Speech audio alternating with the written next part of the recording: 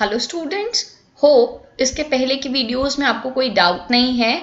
आज जो है हम कवर करने जा रहे हैं scientific techniques of F W Taylor. ये जो है आपके बोर्ड एग्जाम के पॉइंट ऑफ व्यू से एक बहुत ही इंपॉर्टेंट टॉपिक बनता है। हो सकता है कि इस बार जो है इससे क्वेश्चंस आपके आ जाएं एग्जाम में। स्टार्टिंग विद साइंटिफिक टेक्निक्स, आखिर साइंटिफिक टेक्निक्स होती क्या हैं? The techniques of scientific management help in application of scientific principles of management। सीधी सी बात है, टेक्निक जो है वो तरीका होता है जिस तरीके से हम काम को करते हैं। तो साइंटिफिक प्रिंसिपल्स को अप्लाई करने का जो तरीका है उसको हम साइंटिफिक टेक्निक्स बोलते हैं। तो हमें जो है कौन कौन सी साइंटिफिक टेक्निक्स पढ़नी है ये हम डिस्कस कर लेते हैं। फर्स्ट जो हमें पढ़ना है वो है functional foremanship, then standardisation and simplification of work, third one is work study. Work study में हम 4 तरह की और स्टडीज पढ़ेंगे, fatigue study, time study, motion study and method study.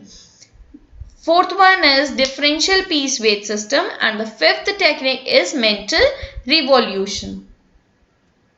Starting with functional foremanship. तो फोरमैन कौन होते हैं सबसे पहले हम ये देख लेते हैं, ये डिस्कस कर लेते हैं। Foreman is the lowest ranking manager and the highest ranking worker. तो यहाँ पर आप कंफ्यूज नहीं होंगे, फोरमैन जो है मैनेजर की रैंक में लोएस्ट होते हैं एंड वर्कर की रैंक में हाईएस्ट होते हैं। With whom the workers are in face to face contact on a daily basis. ठीक है, तो ये जो फोरमैन होते हैं ये मैनेजर की रैंकिंग में लोएस्ट होते हैं और वर्कर की रैंकिंग में हाईएस्ट होते हैं, और इनके साथ जो है वर्कर्स का डेली का फेस टू फेस कॉन्टैक्ट लगा रहता है।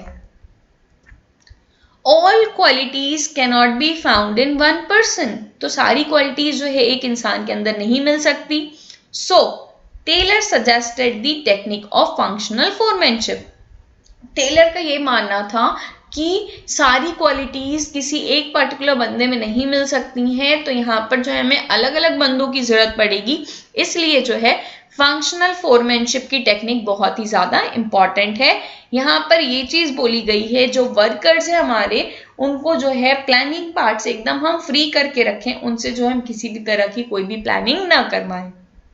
तो यहाँ पर हमने ये देखा कि वर्कर्स को जो है बिल्कुल फ्री कर देते हैं, उनके ऊपर कोई भी प्लानिंग बर्डन नहीं डालते हैं। ये पूरा जो है जो यहाँ पर अलग अलग कैटेगरी में बांटा गया है पर्सन्स को, उनके ऊपर एक प्लानिंग डिपार्टमेंट अलग से बनाया गया है, उनके ऊपर प्लानिंग का बर्डन पूरा पूरा डाल दिया जाता है।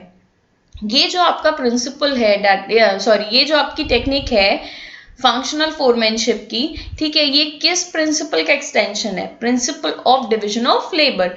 तो यहाँ पे principle of division of labour ये कहता है कि आप जो है लेबर्स को अलग अलग वर्क के लिए डिवाइड कर दो, जो पर्सन जिस काम के लिए परफेक्ट है उससे वो काम कराओ। एंड यहाँ पर आपको ये भी ध्यान रखना है, जो फंक्शनल फोरमैनशिप है ये जो है आपका यूनिटी ऑफ कमांड को वॉयलेट करता है। क्यों? क्योंकि यूनिटी ऑफ कमांड में ये बोला गया है कि वहां पे सिर्फ एक बॉस होने चाहिए, लेकिन फंक्शनल फोरमैनशिप में 8 बॉस की बात की गई है कि 8 बंदे मिल करके किसी एक सबऑर्डिनेट को, किसी एक वर्कर को काम सिखाएंगे या फिर गाइड करेंगे कि उस वर्कर को क्या काम करना है। Taylor advocated separation of planning and execution functions. तो इन्होंने जो है 2 कैटेगरी में बांट दिया। पहली कैटेगरी रखी प्लानिंग की एंड दूसरी रख दी एग्जीक्यूशन की। एग्जीक्यूशन को आप ऑपरेशनल भी पढ़ सकते हो, ठीक है। तो यहाँ पर आपको ध्यान रखना है कि 2 डिपार्टमेंट में बांटा गया है, एक है प्लानिंग, दूसरा है एग्जीक्यूशन। यहाँ हम देख लेते हैं कि आपके जो 2 डिपार्टमेंट्स हैं वो कौन कौन से हैं। पहला है प्लानिंग डिपार्टमेंट और दूसरा है ऑपरेशनल डिपार्टमेंट, इसी को हम एग्जीक्यूशन डिपार्टमेंट भी बोल सकते हैं, ठीक है। यहाँ पे जो है मैंने आपके बुक के सीक्वेंस में नहीं रखा है, इसको मैंने थोड़ा शफल अप कर दिया है। शफल अप मैंने इसलिए किया है ताकि मैं एक कोड वर्ड बना करके आपको मैं याद करा सकूं, क्योंकि बहुत बार एग्जाम में इसमें क्वेश्चन पूछ लेता है कि प्लानिंग डिपार्टमेंट में से इसमें से कौन से बॉस नहीं है, या फिर ऑपरेशनल डिपार्टमेंट में से इनमें से कौन से बॉस नहीं है, या find the odd one out. ठीक है, इसलिए जो है यहाँ पे मैंने एक कोड बना दिया है। इस कोड के थ्रू आपको बहुत ही अच्छे से ये याद हो जाएगा। कोड इज DIRT सर जी। ठीक है, तो यहाँ पर ये चीज आपको याद रखनी है, जो प्लानिंग डिपार्टमेंट है वो प्लानिंग गंदी कर रही है। ठीक है, DIRT। ठीक है, गंदे को कैसे रिमूव करना है, आप ऐसे याद रखो, प्लानिंग डिपार्टमेंट जो डर्ट है उसको कैसे रिमूव करना है इसकी तैयारी कर रही है। इसलिए जो है प्लानिंग डिपार्टमेंट में आपके DIRT ये 4 बॉस हैं। ठीक है, पहले D से डिसिप्लिनेरियन, I से इंस्ट्रक्शन कार्ड, R से रूट क्लर्क एंड T से time and cost clerk. Disciplinarian ये जो है ये चीज इंश्योर करते हैं कि जो भी काम किया जा रहा है वो बिल्कुल सिस्टमैटिक वे में किया जा रहा हो, हमारे ऑर्गेनाइजेशन में डिसिप्लिन मेंटेन रहे, जो भी वर्कर्स काम कर रहे हैं वो डिसिप्लिन में रह करके काम करें। Second one is instruction card clerk बोलते हैं हम इनको। ठीक है, जो इंस्ट्रक्शन कार्ड क्लर्क होते हैं ये जनरल इंस्ट्रक्शंस जो भी होते हैं ये वर्कर्स को प्रोवाइड करते हैं कि आपको ये चीजें ऐसे करनी है, वैसे करनी है, ये करना है, नहीं करना है। तो जितना भी इंस्ट्रक्शन होता है वो जो है आपके इंस्ट्रक्शन कार्ड क्लर्क प्रोवाइड करेंगे। Next is route clerk. Route clerk, route मतलब रास्ता, तो जो रूट क्लर्क होते हैं वो एक सीक्वेंस ऑफ स्टेप्स तय कर देते हैं कि आपको ये चीजें फॉलो करनी है, इस रास्ते पे चल करके आपको प्रोडक्शन कंप्लीट करना है। सीधी सी बात, रूट क्लर्क जो है आपको प्रोडक्शन करने का रास्ता बताएंगे कि आपको ये सीक्वेंस ऑफ स्टेप्स फॉलो करने हैं एंड इनको फॉलो करते हुए आपको अपना काम कंप्लीट करना है। And the last one in planning department is time and cost clerk. ये जो है फिक्स करते हैं कितने समय में और कितने दाम पे, ठीक है, कितने टाइम में और कितने कॉस्ट पे आपको काम को कंप्लीट करना है। तो आपको ये चीज ध्यान रखनी है, प्लानिंग डिपार्टमेंट DIRT, इसमें 4 बॉस हैं, डिसिप्लिनेरियन, I से इंस्ट्रक्शन कार्ड क्लर्क, R से रूट क्लर्क एंड T से time and cost clerk. Next जो आपका डिपार्टमेंट है ऑपरेशनल डिपार्टमेंट या फिर एग्जीक्यूशन डिपार्टमेंट, एग्जीक्यूटरी डिपार्टमेंट, तो इसमें जो है आपके 4 बॉस अगेन हैं, speed boss, inspector, repair boss and gang boss. तो ये जो ऑपरेशनल डिपार्टमेंट है इसमें आपको याद रखना है सर जी। ठीक है, तो एस से क्या है, स्पीड बॉस। स्पीड बॉस देखेंगे कि आप जो है स्पीड में काम कर रहे हो कि नहीं, आप इतनी स्पीड में काम कर रहे हो कि नहीं कि हमारा काम टाइम से कंप्लीट हो जाए। मतलब कि ये इंश्योर करते हैं कि जो आपका काम है वो टाइम से कंप्लीट हो जाए। अब जो है आपको एक कंफ्यूजन आ रही होगी कि मैम स्पीड बॉस और टाइम एंड कॉस्ट क्लर्क में क्या डिफरेंस है। टाइम एंड कॉस्ट क्लर्क बताते हैं कि ये काम इतने समय में हो जाना चाहिए। स्पीड बॉस इंश्योर करते हैं कि आप उस स्पीड से काम कर रहे हो कि नहीं, कि जो टाइम एंड कॉस्ट क्लर्क ने आपको टाइम दिया है उतने टाइम में आप कंप्लीट काम कर लोगे कि नहीं कर पाओगे। क्लियर है। Next inspector. तो इंस्पेक्टर जो है ये चेक करते हैं कि आप जो भी गुड्स बना रहे हो, आप जो भी प्रोडक्शन कर रहे हो उसकी क्वालिटी कैसी है, क्वालिटी अच्छी है या बुरी है, क्वालिटी सही तो है ना। तो ये सारी चीजें चेक करना ये किसका काम है, इंस्पेक्टर जी का काम है। Next repair boss. तो रिपेयर बॉस का काम ये है कि वो ये चीज चेक करेंगे कि आपकी मशीन्स और टूल्स वर्किंग कंडीशन में तो हैं, ये आपको अरेंज करके नहीं देंगे, ये सिर्फ आपको ये चेक करके बताएंगे कि आपकी जो मशीन है, जो आपके टूल्स हैं, ठीक है, वो जो है चल रहे हैं कि नहीं, खराब तो नहीं हुए। अगर खराब हुए हैं तो हम उनको रिपेयर करा देते हैं, बनवा के दे देते हैं। तो ये सारे काम रिपेयर बॉस के हैं। And gang boss. तो जैसे हर गैंग का एक नेता होता है वैसे ही ऑपरेशनल डिपार्टमेंट में भी एक नेता है।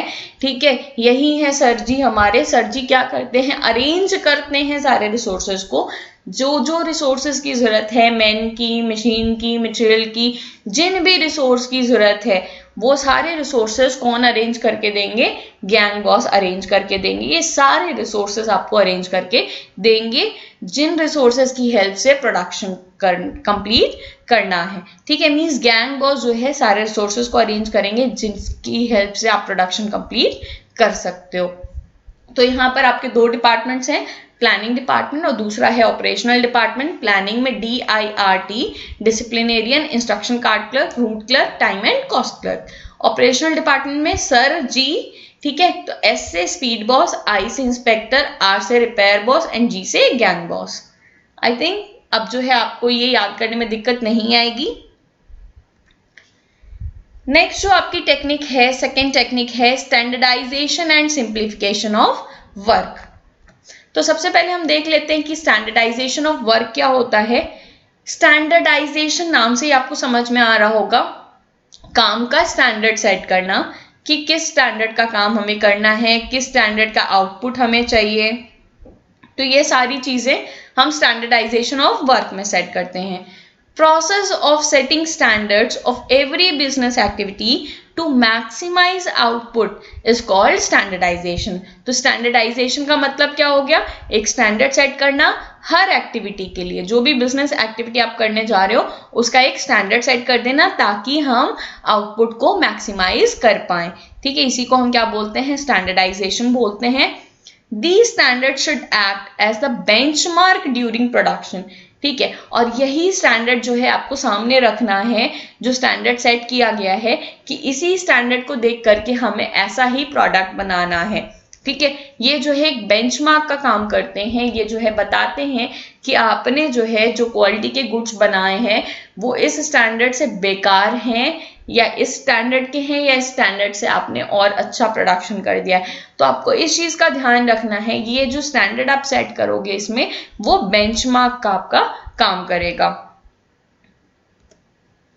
Similarly, working conditions, that is temperature, lighting, ventilation, humidity, etc. should also be standardized। ये बहुत ही ज़्यादा important point है। हो सकता है कि अगर आप इस point को ignore कर दें तो एग्जाम में आपको दिक्कत आए। यहाँ पे जो है आप ये देख सकते हो कि जो working conditions होती हैं वो भी कहाँ सेट किया जाता है, स्टैंडर्डाइजेशन ऑफ वर्क में ही आपका वर्किंग कंडीशन सेट कर दिया जाता है। ठीक है, लाइक कितना टेम्परेचर पे काम करना है, कितनी लाइटिंग होगी, वेंटिलेशन, ह्यूमिडिटी, इन सब के बारे में जो है आपका स्टैंडर्डाइजेशन ऑफ वर्क में ही सेट किया जाता है। अब जो है ऑब्जेक्टिव्स देख लेते हैं, आखिर स्टैंडर्डाइजेशन हम करते क्यों हैं। सबसे पहला ऑब्जेक्टिव है to reduce a given line of product to fixed types, sizes and characteristics. तो जो भी आपका प्रोडक्ट लाइन है, ठीक है, जो भी लाइन है, जो भी प्रोडक्ट है उसमें किस टाइप का प्रोडक्ट, किस साइज का और किस कैरेक्टरिस्टिक का प्रोडक्ट बनाया जाएगा। ठीक है, ये सेट करना आपका स्टैंडर्डाइजेशन का पार्ट होता है। यहाँ पर आपको ये चीज ध्यान रखनी है कि किस तरह का प्रोडक्ट, किस साइज का और किस कैरेक्टरिस्टिक्स का प्रोडक्ट आपको बनाना है। Next, to establish interchangeability of manufactured parts of products. ठीक है, तो यहाँ पर जो मैन्युफैक्चर्ड पार्ट्स हैं, प्रोडक्ट्स हैं, उनको जो है हम एक्सचेंज कर पाए। मान लो कि आप दो चीजों का प्रोडक्शन कर रहे हो, आपने दोनों का स्टैंडर्ड सेट कर दिया है, तो अगर सेम स्टैंडर्ड सेट किया है तो हो सकता है कि दो प्रोडक्ट्स जो अलग अलग बन रहे हैं उसमें जो है आप एक दूसरे के रिसोर्सेज को एक दूसरे गुड्स के प्रोडक्शन में यूज कर सकते हो। सपोज प्रोडक्ट ए का रिसोर्स है, उसको आप प्रोडक्ट बी में अगर जरूरत पड़ रही है तो आप यूज कर सकते हो। अगर प्रोडक्ट बी का रिसोर्स है, अगर ए में जरूरत है तो आप प्रोडक्ट ए के मैन्युफैक्चर में उसको यूज कर पाओगे। Next, to establish standards of excellence and quality in materials. तो यहाँ पर आपको ये चीज ध्यान देना है कि एक स्टैंडर्ड सेट होता है, क्वालिटी सेट होती है कि इस क्वालिटी का मटेरियल हमें यूज करना है और इस क्वालिटी का प्रोडक्ट हमें बनाना है। And the fourth point is to establish performance standards of man and machines, कि आदमियों को, जो ह्यूमंस का वर्क कर रहे हैं, जो वर्कर्स काम कर रहे हैं, उनको किस स्टैंडर्ड पे वर्क करना है और मशीन्स की भी परफॉर्मेंस की स्टैंडर्ड यहाँ पे सेट कर दी जाती है। I hope it is clear. एक एग्जाम्पल देख लेते हैं हम इसमें। Standard time can be fixed to produce a given level of output If workers take more time than the standard time, then corrective measures should be taken to check it. सीधी सी बात है, एक जो है स्टैंडर्ड टाइम फिक्स किया जा सकता है कि आपको जो है इतना प्रोडक्शन इतने टाइम में कर लेना है, एंड वर्कर्स अगर इससे ज़्यादा टाइम लेते हैं तो फिर आपको क्या करना पड़ेगा, आपको जो है करेक्टिव मेजर्स लेने पड़ेंगे कि आखिर गड़बड़ी कहाँ आ रही है एंड उसको करेक्ट करना पड़ेगा. Next one is simplification of work. Simplification is eliminating unnecessary varieties, sizes and grades of product manufactured in the organization. ठीक है, काम को सिंपल बनाना.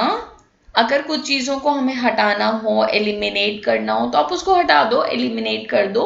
अब जैसे मान लो कि आपकी कंपनी जो है 4 तरह के सोप प्रोड्यूस कर रही है, ठीक है, जिसमें से 3 तो मार्केट में बिक रहे हैं, चौथे की डिमांड बहुत कम है. तो चौथे को आप बना रहे हो, फिर जो है उसको बेचने के लिए मार्केट में लेके जा रहे हो, तो इतने ढेर सारे खर्चे आ रहे हैं एंड उसकी कोई भी मतलब कि टर्नओवर नहीं है, उसकी बहुत ज़्यादा सेल्स नहीं है.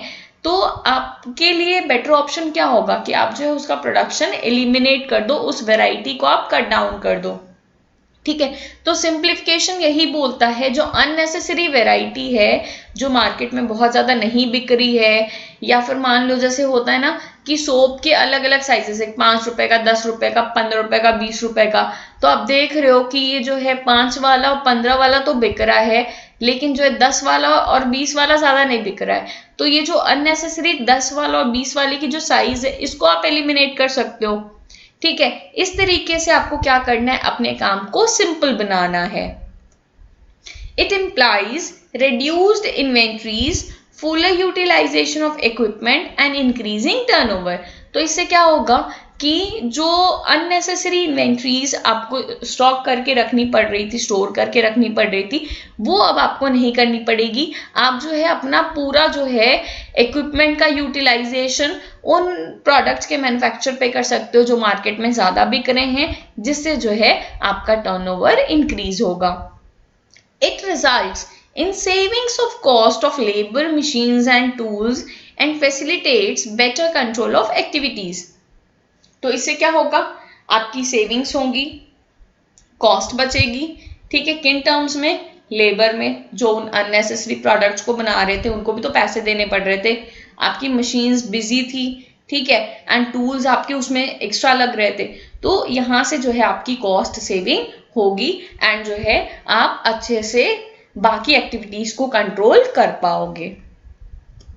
Example, Hindustan Unilever limited reduced its varieties of soaps and it generated efficient and effective results for the company.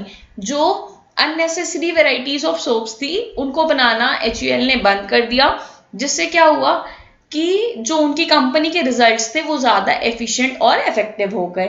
Come time में उनकी कॉस्ट भी बची एंड जो है रिजल्ट जो है कंपनी के लिए अच्छे हुए. Third one is work study. तो वर्क स्टडी में आपको 4 तरह की स्टडीज पढ़नी है, that is fatigue study, method study, time study and the fourth one is motion study. So starting with fatigue study. तो फटीग स्टडी क्या होती है वो हम देख लेते हैं. Fatigue study refers to determining the amount and frequency of rest intervals required in completing a task. तो सीधी सी बात आप ये समझ लो कि fatigue study क्या होती है कि अगर आपको कोई भी काम कंप्लीट करना है तो उसके बीच में, वो काम कंप्लीट करने के बीच में आपको कितने रेस्ट की ज़रूरत पड़ेगी. तो हम इसमें क्या करते हैं, एक रेस्ट इंटरवल सेट करते हैं कि आप इतने देर काम करोगे एंड फिर इतना रेस्ट लोगे एंड फिर आप काम करोगे.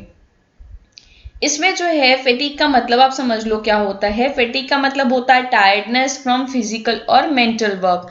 तो यहाँ पर जो है आप थक जाते हो. आप अगर लॉन्ग ड्यूरेशन काम करोगे, मान लो कि आप जो है 10 to 14 आवर्स अगर आपको स्टडी करनी है तो आप कॉन्टिन्यूसली 10 to 14 आवर्स नहीं पढ़ सकते, राइट. तो आप बीच में थोड़ी थोड़ी देर के लिए क्या करते हो, गैप लेते हो एंड अगर आप 14 आवर्स एक दिन पढ़ लोगे लगातार, बहुत जोश चढ़ा कि नहीं 14 आवर्स पढ़ना है, नेक्स्ट डे जो है आप नहीं पढ़ पाओगे. तो अगर लॉन्ग ड्यूरेशन तक आपको सेम वर्क करना है तो आपको क्या करना होगा, आपको रेस्ट लेना होगा बीच बीच में, ताकि जो भी बोर्डम थी, टायर्डनेस थी, वो ठीक हो जाए एंड जो है काम आप और अच्छे तरीके से कर पाओ।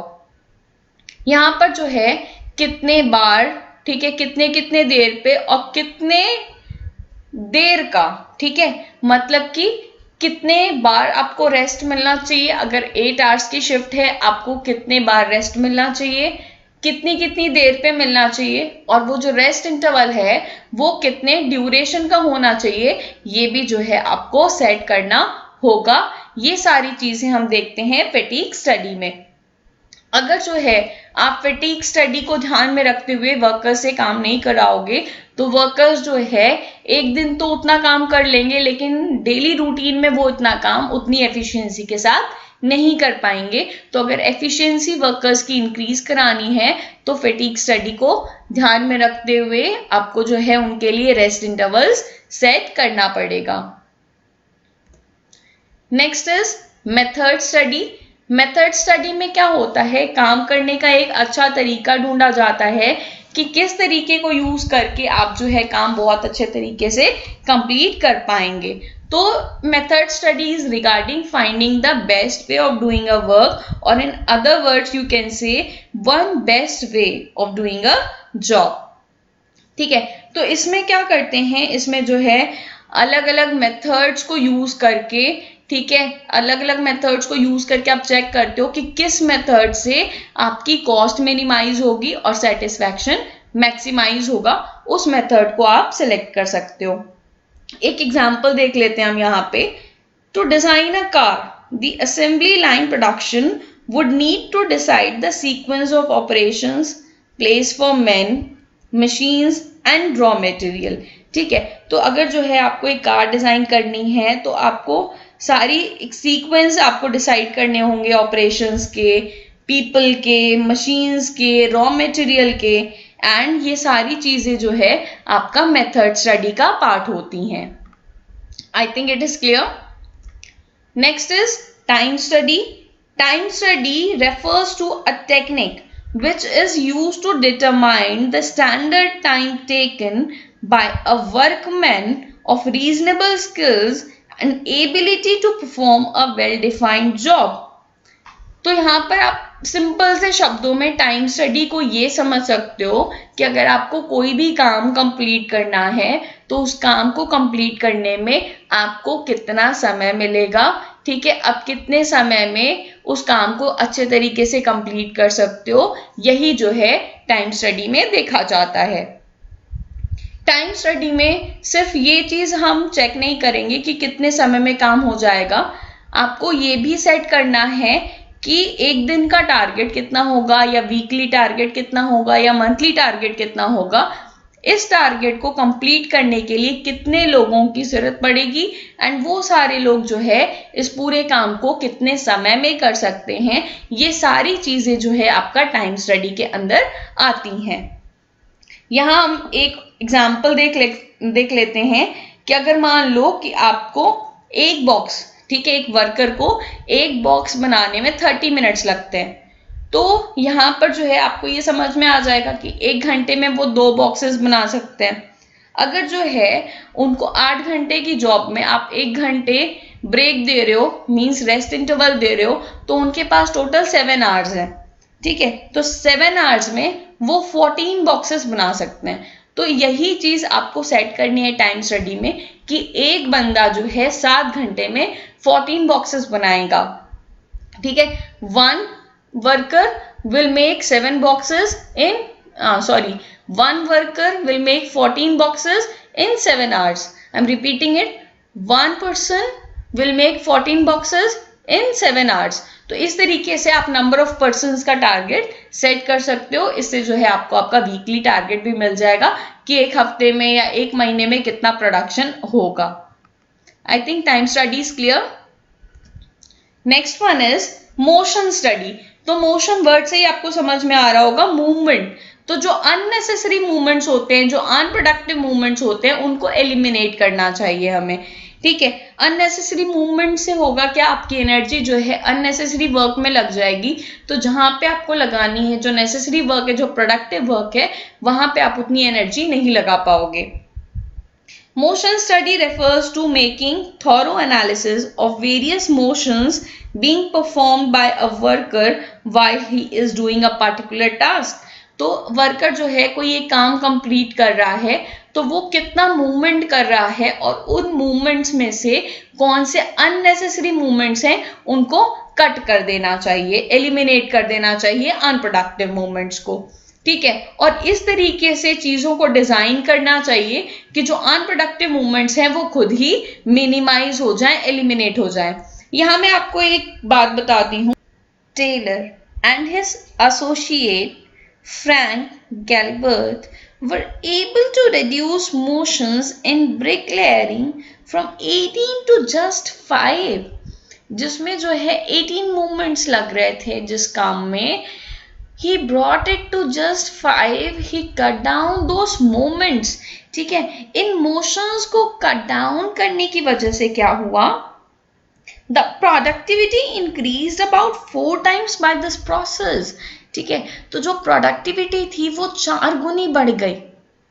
कुछ मोशंस को एलिमिनेट किया गया, उसकी वजह से प्रोडक्टिविटी क्या हो गई, 4 गुनी बढ़ गई।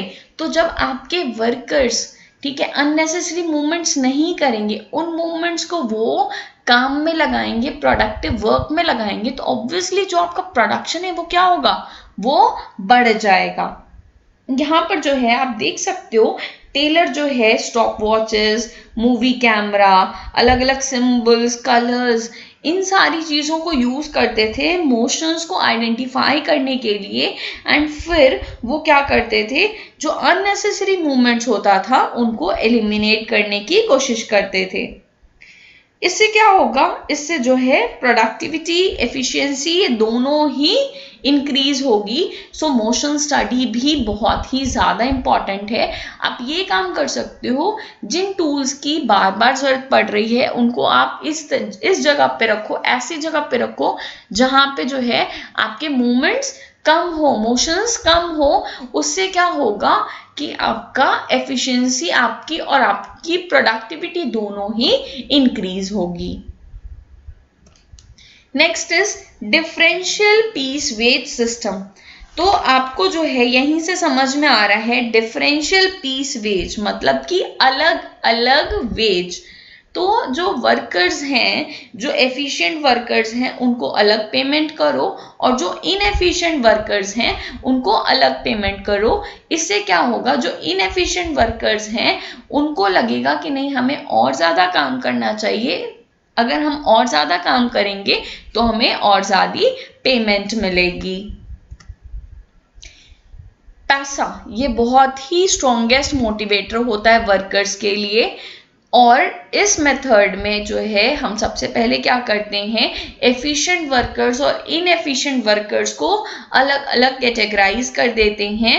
ठीक है, इसमें जो एफिशिएंट वर्कर्स होते हैं उनको हम ज़्यादा पेमेंट करते हैं as compare to inefficient workers. और ये जो टेक्निक है आपकी, ये जो है प्रिंसिपल ऑफ इक्विटी को वॉयलेट करती है। प्रिंसिपल ऑफ इक्विटी बोलती है कि अगर जो है दो लोग सेम लेवल पे काम कर रहे हैं तो आपको उनके बीच में डिस्क्रिमिनेशन नहीं करना है, दोनों को सेम पेमेंट करनी है। लेकिन डिफरेंशियल पीस वेज सिस्टम ये बोलता है कि जो एफिशिएंट वर्कर्स हैं आप उनको ज़्यादा पेमेंट करो, और जो इनएफिशिएंट वर्कर्स हैं आप उनको कम पेमेंट करो। For example, standard task is 10 units. ठीक है, एक स्टैंडर्ड टास्क बना दिया गया कि आपको 10 यूनिट बनाने हैं, और रेट्स तय कर दिया गया कि जो लोग 10 यूनिट्स प्रोड्यूस करेंगे या उससे ज़्यादा प्रोड्यूस करेंगे उनको 50 रुपए के हिसाब से हम पेमेंट करेंगे, एंड जो लोग 10 यूनिट से कम प्रोड्यूस करेंगे तो हम उन्हें 40 रुपीज़ पर यूनिट के हिसाब से पेमेंट करेंगे। तो अब देखते हैं हम, वर्कर ए ने क्या किया, 11 यूनिट्स प्रोड्यूस किए, तो 11 यूनिट्स के हिसाब से पर यूनिट 50। ठीक है, 11 इंटू 50, उसको जो है 550 रुपीज़, 550 रुपए मिले। ठीक है, उन्हीं 8 आवर्स के। वर्कर बी ने क्या किया, 9 ही यूनिट्स वो प्रोड्यूस कर पाया तो उसको 40 के हिसाब से पेमेंट मिली। तो उन्हीं 8 घंटे के इनको क्या मिली, 360 रुपीज मिली। तो आप देख सकते हो एक को 550 रुपीज मिली और दूसरे को 360 रुपीज मिली। ये डिफरेंस है इनएफिशिएंट और एफिशिएंट वर्कर्स के बीच में। एफिशिएंट वर्कर को 550 रुपए मिले और इनएफिशिएंट वर्कर को 360 रुपए मिले, 360 रुपीज मिली। The difference of ₹190 will motivate B to perform better। ये जो डिफरेंस है 190 रुपए का, ये B को मोटिवेट करेगा कि मैं अगर और अच्छे से काम करूंगा तो मुझे जो है और ज्यादा पेमेंट मिलेगी। I think it is clear. Next one is mental revolution. तो मेंटल रेवोल्यूशन में क्या होता है, माइंड सेटअप चेंज करना। रेवोल्यूशन मतलब कि रेवोल्यूशन मतलब कुछ चेंज लेकर के आना, और मेंटल मतलब माइंड सेटअप में कुछ चेंज लेके आने को हम क्या बोलते हैं, मेंटल रेवोल्यूशन बोलते हैं। So change in mental attitudes of workers and management towards each other. यहाँ पर जो है अगर वर्कर्स और मैनेजमेंट एक दूसरे की तरफ अपना जो है मेंटल एटीट्यूड चेंज कर दें तो इसको हम क्या बोलेंगे, मेंटल रेवोल्यूशन बोलेंगे। अब आप एक सीधी सी बात समझो कि जो वर्कर्स होते हैं वो हमेशा ये सोचते हैं कि हमारा बॉस जो है वो सिर्फ मुझसे काम ही कराना चाहता है, वो चाहता है कि मैं काम करते करते मर जाऊं, मुझे जो है पेमेंट ही नहीं करता टाइम से वो, और सिर्फ चाहता है कि मैं उसके लिए काम करता रहूं। मैं क्यों करूँ काम, मुझे नहीं करना काम, ठीक है, उसका ये माइंड सेटअप होता है। अब एम्प्लॉयर का क्या माइंड सेटअप होता है कि वर्कर, इनको तो सिर्फ पैसे ही चाहिए, इनको सिर्फ पैसों से मतलब है, इनको काम वाम तो करना नहीं है, बस आएंगे बैठेंगे टाइम पास करेंगे चले जाएंगे, काम वाम तो करना है नहीं, बस पैसे मांगने के लिए आ जाएंगे। तो मैं क्यों दूं इनको पैसे, जब ये काम ही नहीं कर रहे मैं इनको पैसे क्यों दूं। तो ये कॉन्फ्लिक्ट हमेशा एम्प्लॉयर और एम्प्लॉय के बीच में, एक मैनेजमेंट और वर्कर के बीच में हमेशा ये कॉन्फ्लिक्ट चलता रहता है, ठीक है। मेंटल रेवोल्यूशन में यही चीज बोली गई है कि भैया तुम दोनों, एम्प्लॉयर तुम भी, वर्कर तुम भी, मैनेजमेंट तुम भी, वर्कर तुम भी, तुम दोनों जो है अपनी सोच में थोड़ा सा चेंज लेकर के आओ, ठीक है। यहाँ पर जो है एक प्लेजेंट वर्किंग कंडीशन आपको बनाना चाहिए।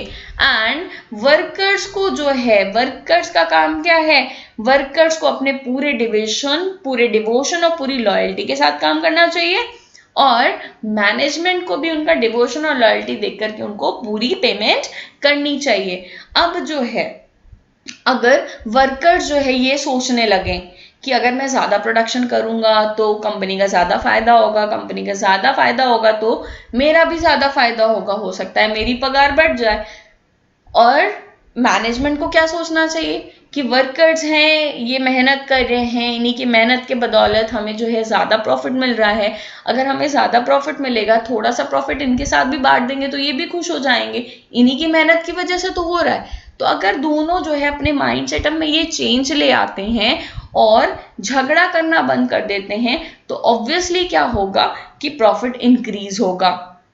और यहाँ पे आप एक एग्जाम्पल देख लो, इंस्टेड ऑफ फाइटिंग और distribution of profits they must focus attention on increasing it. अब जो है वर्कर्स और मैनेजमेंट दोनों झगड़ा कर रहे हैं, झगड़ा करने की जगह कि प्रॉफिट किसको ज्यादा मिलेगा, इन झगड़ा करने की जगह ये जो डिस्ट्रीब्यूशन है इस पे सोचने की जगह पे अगर दोनों ही अपना अटेंशन, पूरा फोकस जो है प्रॉफिट को बढ़ाने में लगाएंगे तो प्रॉफिट इंक्रीज हो जाएगा। और जब प्रॉफिट इंक्रीज हो जाएगा तो आप आराम से डिस्ट्रीब्यूट कर लो, कोई लड़ाई झगड़ा ही मत रखो। इससे क्या होगा, इससे आपकी ऑर्गेनाइजेशन का भी फायदा होगा एंड जो वर्कर्स काम कर रहे हैं, जो एम्प्लॉयज काम कर रहे हैं, उनका भी प्रॉफिट होगा। तो यहाँ पर जो है माइंड चेंज करना बहुत ज्यादा जरूरी है, मेंटल एटीट्यूड में चेंज करना बहुत ही ज्यादा जरूरी है, जिससे आपकी प्रोडक्टिविटी, एफिशिएंसी, सारी चीजें इंक्रीज होंगी। Thanks for watching the video. अगर आपको किसी भी पॉइंट में कोई भी डाउट है तो आप कमेंट सेक्शन में मेंशन करके मुझसे डाउट क्लियर करवा सकते हैं, आप मुझसे पूछ सकते हैं।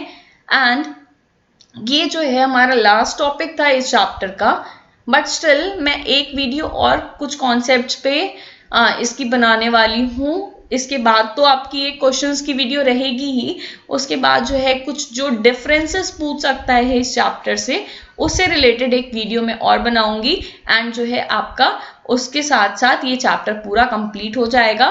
एंड टाइम टू टाइम जो है मैं कुछ और क्वेश्चंस, कुछ अच्छे क्वेश्चंस और आपको प्रोवाइड करती रहूंगी।